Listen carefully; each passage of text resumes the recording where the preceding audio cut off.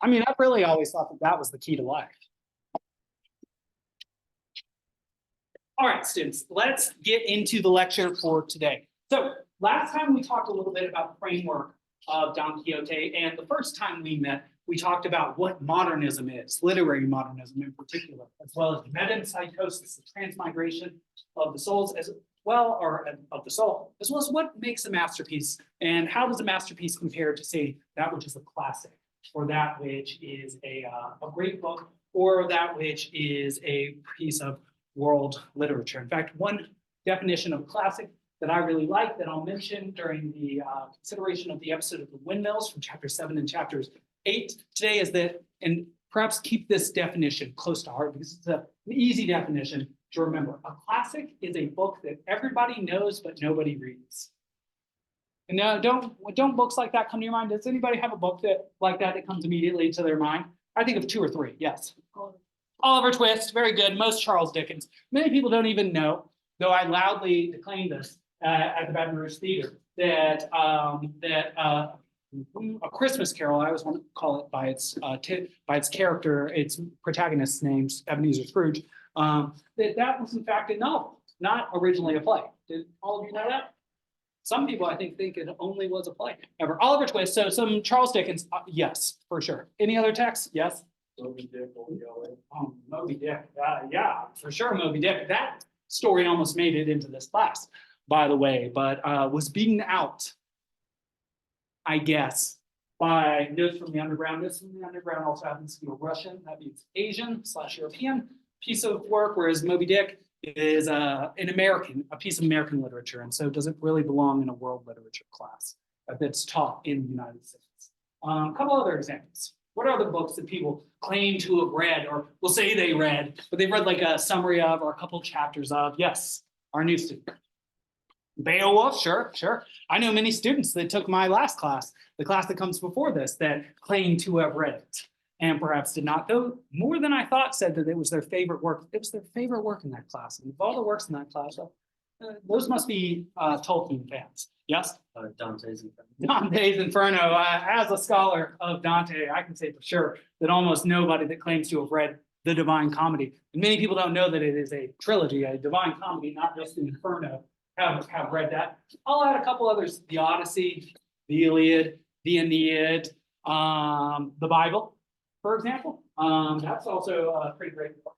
And lots of people claim to have great knowledge of it, and yet they won't even know that the Jewish Bible is written in Hebrew, that the Christian Bible is written in Greek, and that the language of Jesus was, in fact, neither, was Aramaic, which is the language of those who were subject to the Babylonian captivity. It was the language of slaves in Babylon as opposed to Akkadian.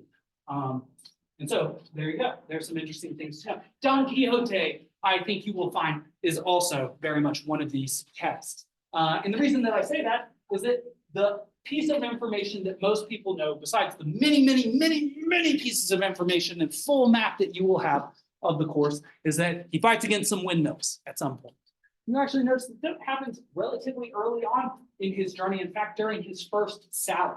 A sally is one's first adventure out from one's home. And so that which most people identify this text by is something that happens relatively early in the story and relatively early in the first part of the story. So something that I think is very important to mention, and perhaps I'll change this slide just to have some sense of parallelism and continuity, is this. I told you that the reason for the second part of Don Quixote was that Avellaneda had himself written a second part, a spurious second part of Don Quixote, where it included sort of a boring Sancho and a disinteresting Don Quixote. And this drove Cervantes a little bit up the wall, a little bit crazy. So he felt the need to write a second part in which he disparages Avellaneda's work and really fleshes out the characters from his first. But the reason that I mention this today is this. Originally, Don Quixote was only supposed to be the first part. It was only supposed to be a couple hundred pages like a novel. And let's think about the structure of the novel. The novel sets out to tell the story of an old man, 50 or so years old from, oh, and this is a correction from last time. I said he's from Del Toboso, like Dulcinea del Toboso. He, of course, is Don Quixote de la Mancha from La Mancha, not Toboso, though close together. I'd have to look at the regions to see how close together, but I imagine since Dulcinea is the woman that he loves, that he claims to have seen, who's based on Aldonza Lorenza, that he says he's seen 4 times in this first part. I will mention that again later, that they are relatively close together. We should all study geography, and especially modern geography. And in this case, 400-year-old geography, a little bit closer. But I digress. This all goes to say that since the first part was supposed to be a standalone novel itself, what we are starting to engage in, so we've read the first part of the first part, the second part of the first part, the third part, and for today, even the fourth part, though I'm only going to lecture up through the second or third because of purposes of time. Something that we start to see is that not only are the chivalric romances being criticized, Don Quixote's library with well over 300 books, which are very expensive at this time, are burned because of their pernicious effects on him. We also see,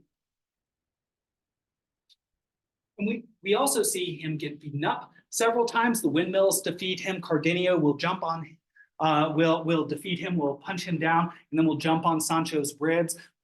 Sancho will himself get hurt many times, but we see a couple different love stories, and this comes from a genre that is a little bit different from chivalric romance. This is sort of the bucolic genre, a genre about shepherdesses and shepherds. An interesting thing about this is this genre is about young lovers, very like the archetypal Pyramus and Thisbe from Ovid's Metamorphosis, who are young lovers who are kept apart by an insuperable barrier, a wall, but there's a little hole that they can look through in order to see each other. One day they want to abscond with each other, but Thisbe sees a lion, and as she's running away, a bit of her dress gets caught on a bush, and then Pyramus comes out to find her, and he sees the lion, and he sees her dress torn on this bush, and what does he think? Thinking in a correlative, associative manner, like so many humans do. He thinks she's dead, so he strikes himself dead.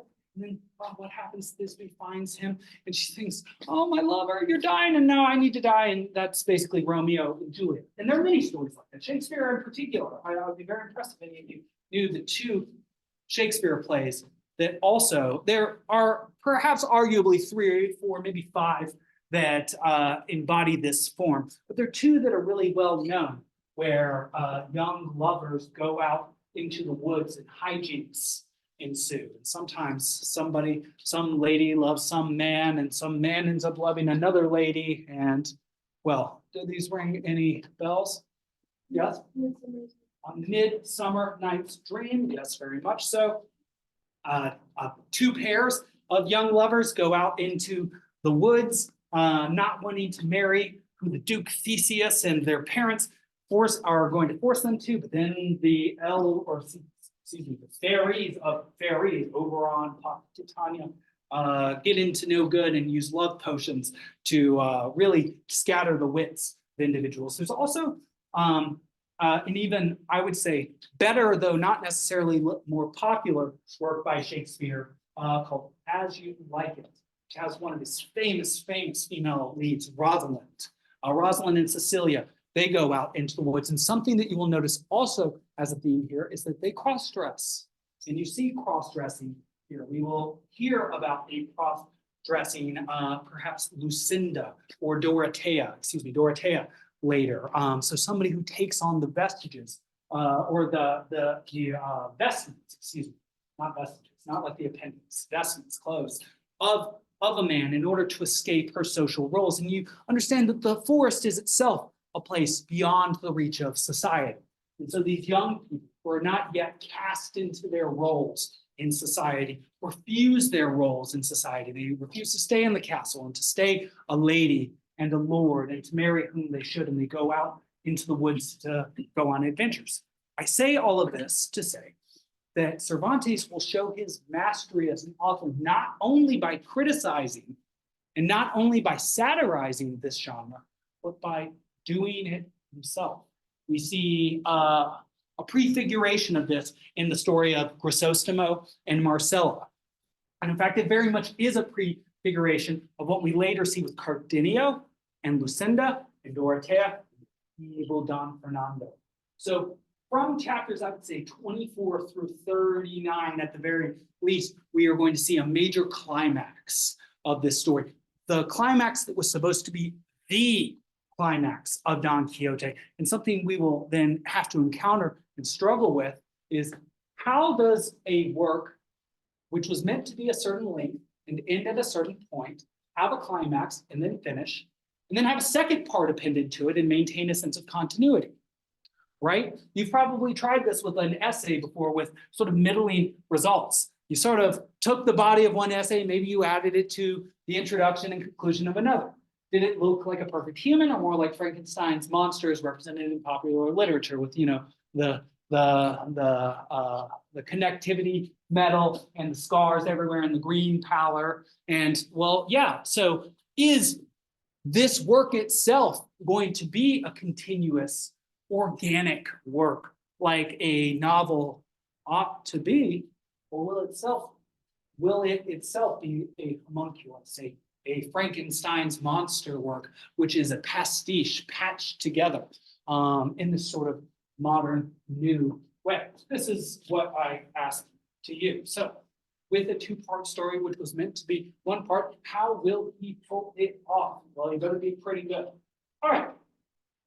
Last time we talked a little bit about what's in a name. We talked about La Mancha being a place that doesn't even need to be remembered. We talked about the changing of names from this Alonso Quijano or Quijada or Quijana into Don, like Dominus, Lord, Quixote, Ote, sort of a pejorative ending. And so his name itself that he places on himself is a paradoxical name, one that elevates but also denigrates as well, which perhaps illustrates the paradox of himself. What is the paradox of Don Quixote?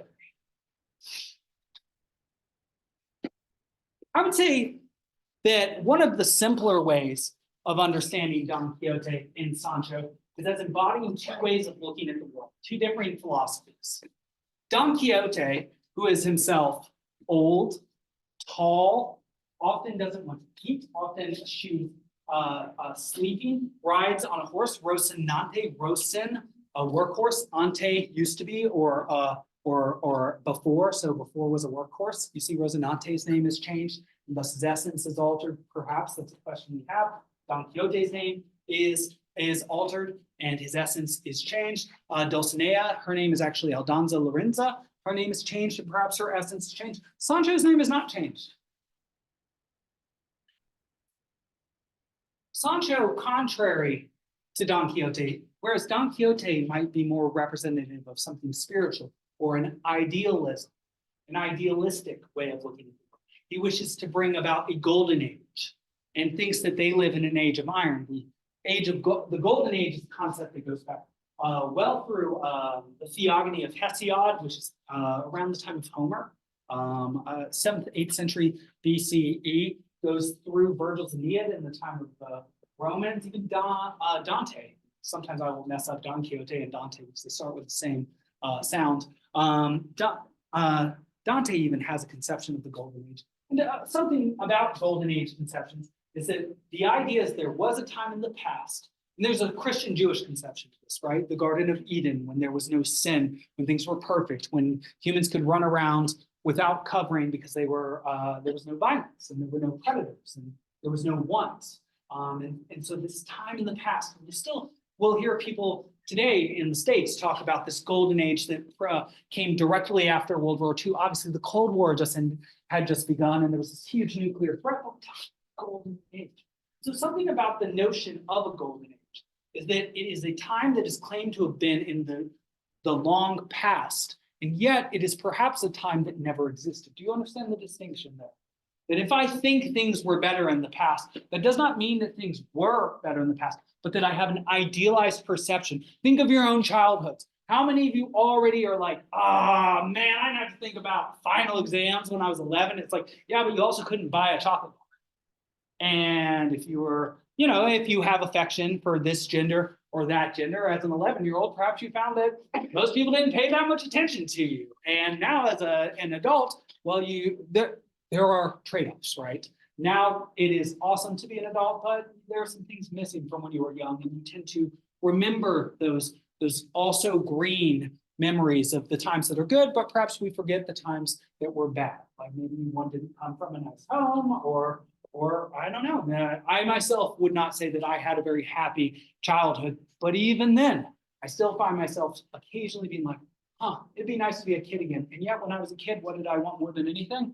To be who I am now, to be an adult, to be able to drive a car and to go work a job, pay for things like that. And now I'm like, what a bummer. I'm not. But idealism has this element in it. And so Don Quixote wants to bring about a time which he thinks is in the past that he wants to bring into the present/future. But the problem with his idea of the past being itself an idealization is that perhaps he is trying to bring something into existence which never existed.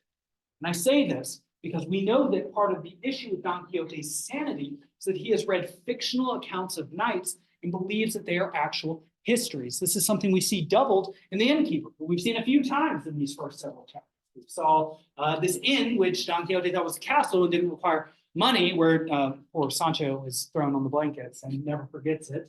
But then when Sancho returns from having from the Sierra Morena with the note of Don Quixote, in fact, he doesn't have the note, and this really upsets him. Because he was going to get some payment for delivering that note, some amount of either goats or horses or donkeys. I think it's 3 of them. I'd have to look it up to get the specific fact, but he's missing out on something because of that. But when he meets the innkeeper again, it turns out this innkeeper also is a lover of chivalric romances. After the harvesting days, he and several people get around. 1 of them or 2 of them or 3 of them are illiterate. Remember, this is a time of huge illiteracy, and that the Protestant Revolution or Reformation, excuse me, was only under 100 years prior to this, 1517, and that the printing press was only first invented in 1403. Most people still can't read, but they sit around. Somebody turns on Netflix, which means opens the book and starts reading these stories, and the innkeeper himself thinks that they're histories. And so this problem of Don Quixote's idealism and insanity is connected to reading and connected to entertainment and connected to not knowing the difference between that which is fiction and that which is real. Why do I connect this to the Protestant Reformation and coming to the printing press? Because of this, during more Catholic times, particularly in Western Europe, there was what's called orthodox thought on religions, in particular on the Catholic religion. And one of the things that, one of the customs of the Catholic religion was that Catholics usually did not even read the Bible, but would rely on the body of the church, the people of the church, or churches, orthodox interpretations of what the Bible said in order to ground their interpretation in that which was orthodox rather than heretical. Well, the moment that the printing press comes around, much, much more gets written.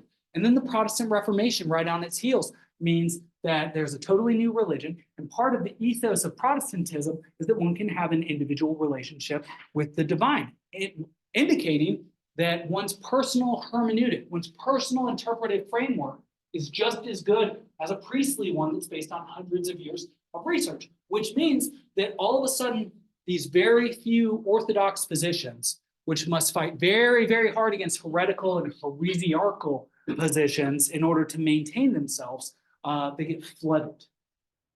There are tons of new ideas that are floating in the air in the 16th, 17th century. And we find it laughable in this modern period because we are inundated with fiction. Even that which is called factual, we often see as, to at least some extent, fictional, right? Like you see an advertisement for food. Does the food from McDonald's ever look as good as the advertisements? No, and it's not even food, right? Any of you in advertising, like you know that some of the food in advertisements is not actually food. Like, and they spray it, and I don't know if anybody's ever done it in models, spray models too. Like you never look as good or have the lighting of what is represented. And so we have a little, we don't trust really anything. right? We're like, everybody's advertising, everything is that. Not the case in Don Quixote's time. So it's a little bit more understandable. He's a little bit less risible, ridiculous, because the problem that he is suffering from, though he is the greatest exemplar of it, obviously he's the one who takes these ideas most seriously, and he's the one we all laugh at, and everybody in the story laughs at too. But since the innkeeper too shows that he has trouble distinguishing between fact and fiction, we know that this is something that was in the air. And this is something that we still have trouble with, because even though I think we are a little wry and a little more cynical in the 21st century about the factual nature of that which is called a fact, that doesn't necessarily make it easier for us to parse out what is real from what is not. Speaking of what's real, if Don Quixote is often seen as the cerebral, spiritual representation of an idealism, a way of thinking about things, or a proponent of things that should be a certain way, that he thinks were a certain way, that in fact never were that way. Sancho is our realist. Sancho is a short, fat peasant.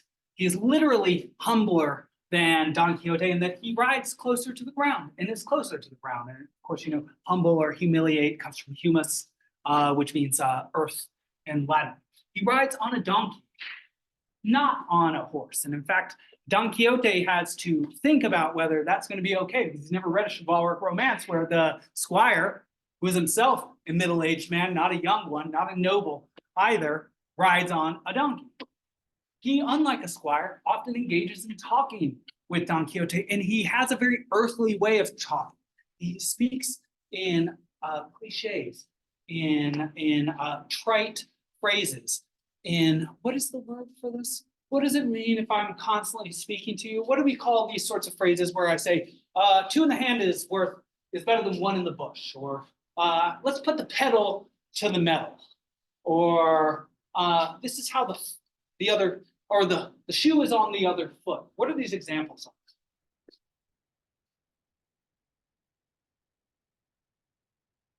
Give it a shot, give it a shot. Yes? Sayings, yes. Proverbs. Proverbs is actually the Latinic way of saying that. They are sayings. They're cliche. They are things that people say which are, we call them, another term for them are truisms, right? They're true, which doesn't mean that they are wise or of universal truth, but they are the sorts of common understandings that people will convey to you when they don't want to think, right? This is like what the mom says to the 7-year-old child, like, just wait till the other shoe drops. They're sort of truths, but there's perhaps an element of fiction to them as well. All that goes to say is that Sancho is illiterate. He does not read. He does not know any sonnets. He does not know anything beyond the quotes that he has heard before. And so when he speaks, that comes through. And often Don Quixote himself, a keen literary analyst who knows literature as well as poetry, will find it totally insufferable. And yet, Don Quixote and Sancho will find common ground with each other, as different as they are, as seemingly representative of opposing philosophies as they are. And something I want to say about this is this: sometimes, and this would be a good paper topic, Sancho is not considered a good example of realism because obviously he follows a crazy person around. What is the value of your realism if you trust a crazy person who doesn't see reality? Well, that's one way of looking at him. That's sort of the pessimist's way of looking. The other way you might look at him, and I hope this is starting to come through all the absurdity of this text, is that who sticks by Don Quixote, even though he's crazy? Who grants him his conceits? Even though Don Quixote, or rather Sancho, brings up multiple times, he says, when you call the helmet of Mambrino, which is really just a shaving basin, that helmet, it makes me think that everything you have said is insane and not true. And well,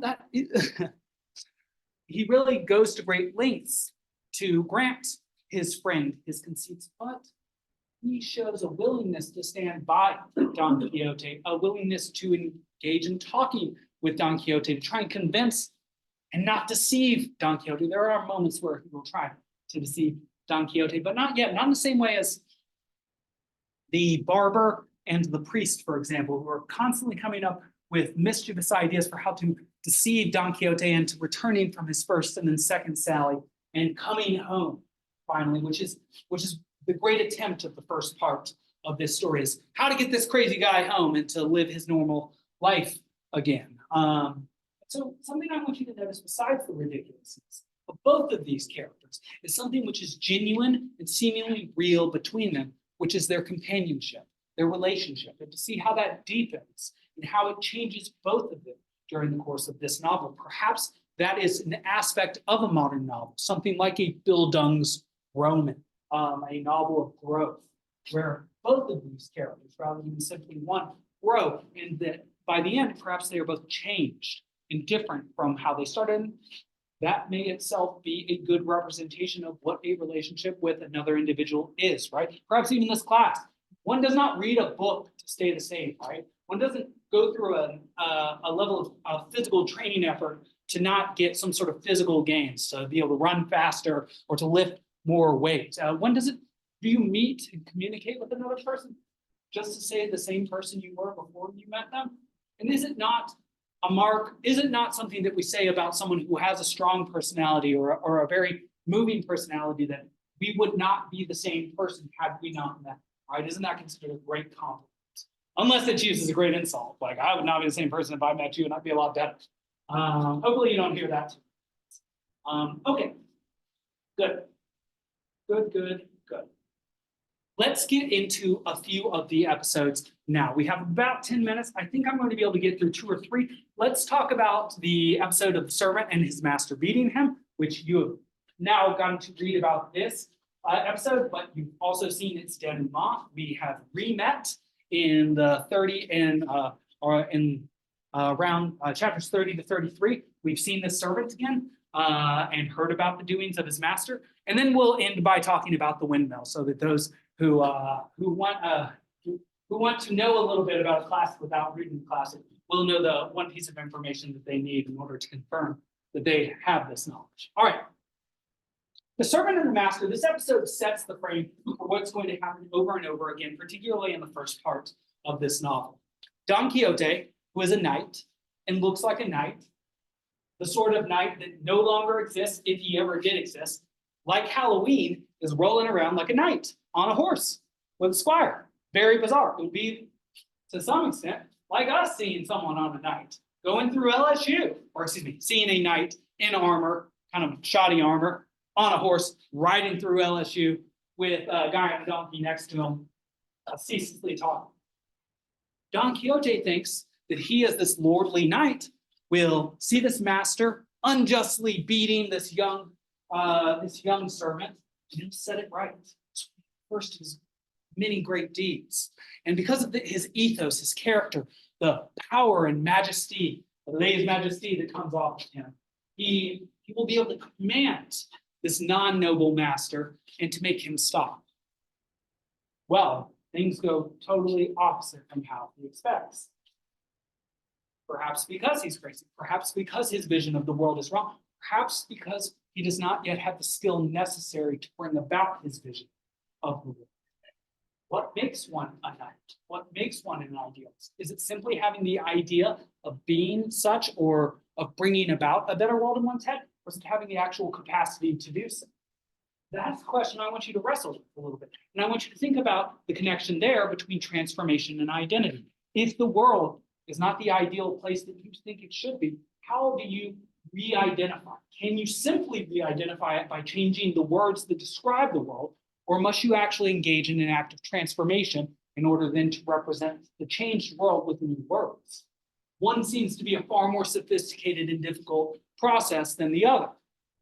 And so Don Quixote wants to save this poor servant from tremendous beating. He's already received several switches along his back. He claims that, well, his master owes him money, and so he's been working lackadaisically because he hasn't gotten the money that he deserves. It makes sense to me.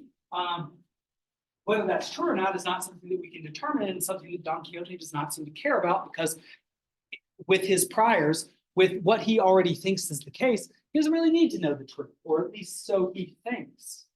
So he commands the master to stop beating his servant, commands him to back pay the servant, and we all have this sense of trepidation because we can hear what's dripping from the master's voice when he says, "Oh, I'll give him what he deserves. I'll pay him what he needs." And so, what do we understand? Is this servant going to be paid all of the escudos and reales that he needs, or is he going to be paid back in something a little bit more tangible? He's going to be beaten over and over again. And in fact, we learned that in the last few chapters that we've read, that we actually run into this servant again. He's, "Oh, I hope I never see Don Quixote again, because the payment that he got me was a terrible, terrible, terrible beating." And so, well, part of the problem of having an ideal vision of the world and trying to bring that about is that, does everybody around you have the same vision of the world that you do? No. And so something he's going to have to encounter is that the things outside of his head, apparently, are going to be very different from the things inside his head, and making them parallel each other is going to be a much harder process than just sort of acting like one of the knights that he has read about in these fictional stories that have driven him mad. All right. I'm not going to mention much about the burning of the book, so much as to say that this makes the point that I made earlier, that the priest and the barber destroyed 300 of Don Quixote's books. Interestingly, though, they don't destroy Amadis of Gaul, which is the two-part book that he loves the most. In fact, there are a series of books written based on this, very serially, sort of like I'm told soap operas, or which Hispanic soap operas are supposedly called colubres, snakes, because they just keep going and going and going. And so Amadis de Gaul, there are even stories about his son and his son's lover. So, very like Marvel, right? These days, you take a character that somebody likes, and then you make 17 Fast and the Furious. There are what, 11 of those?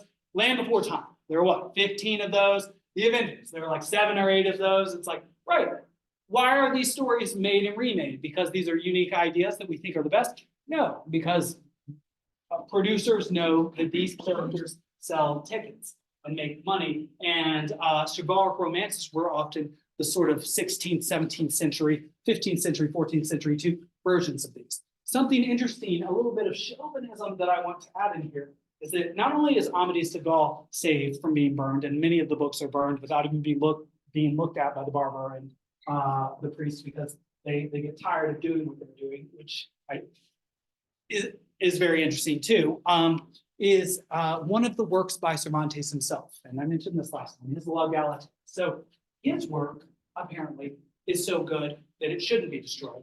And the meta comment there is that the work in which La Galatea is being written about, Don Quixote, is itself ostensibly a book that should not be burned, because it tells some sort of valuable truth and is not just a work of fiction that will waste people's time / drive them crazy. Though we may be idle readers as he addresses us in the very, very beginning, perhaps there is something in Cervantes' text that makes it worthy of being preserved. And in fact, I think that must be the impulse behind any writer, right? You've even heard it said that even the philosophers are happy to sign their names onto their works. And I once myself had a literature teacher who said there would be no art without ego. And so it is potentially a good thing that our friend Cervantes had him. All right, just to conclude, Dante then goes out on his second sally and he sees giants. These giants, in reality, seem to be actually windmills. He goes forth to attack these giants. Sancho, in his realist way, says, "No, those are actually windmills. Don't hurt yourself." And as as Don Quixote charges, the wind hits the windmills, and he is hit by one of the fans, picked up with his horse, and dropped, and suffers some of the great pain that he is going to suffer. And so I conclude with 2 points. One is that this is the very non-conclusive, non-denouement moment of the text that those who know this story but never read it remember, but also that there are real life consequences for Don Quixote for maintaining the idealism that he has. Does this make him ridiculous, risible? Or does this make him? Does this make him noble? Is it the idealist's job? And I really want you to think about this. Does the fact that his vision of reality does not accord with reality, is that an argument against him for not seeing reality correctly? Or is that an argument against reality for not living up to his ideals? And that's what I'd like to leave you with today. And right after I turn this off, I'll explain what I was saying about the purpose of life.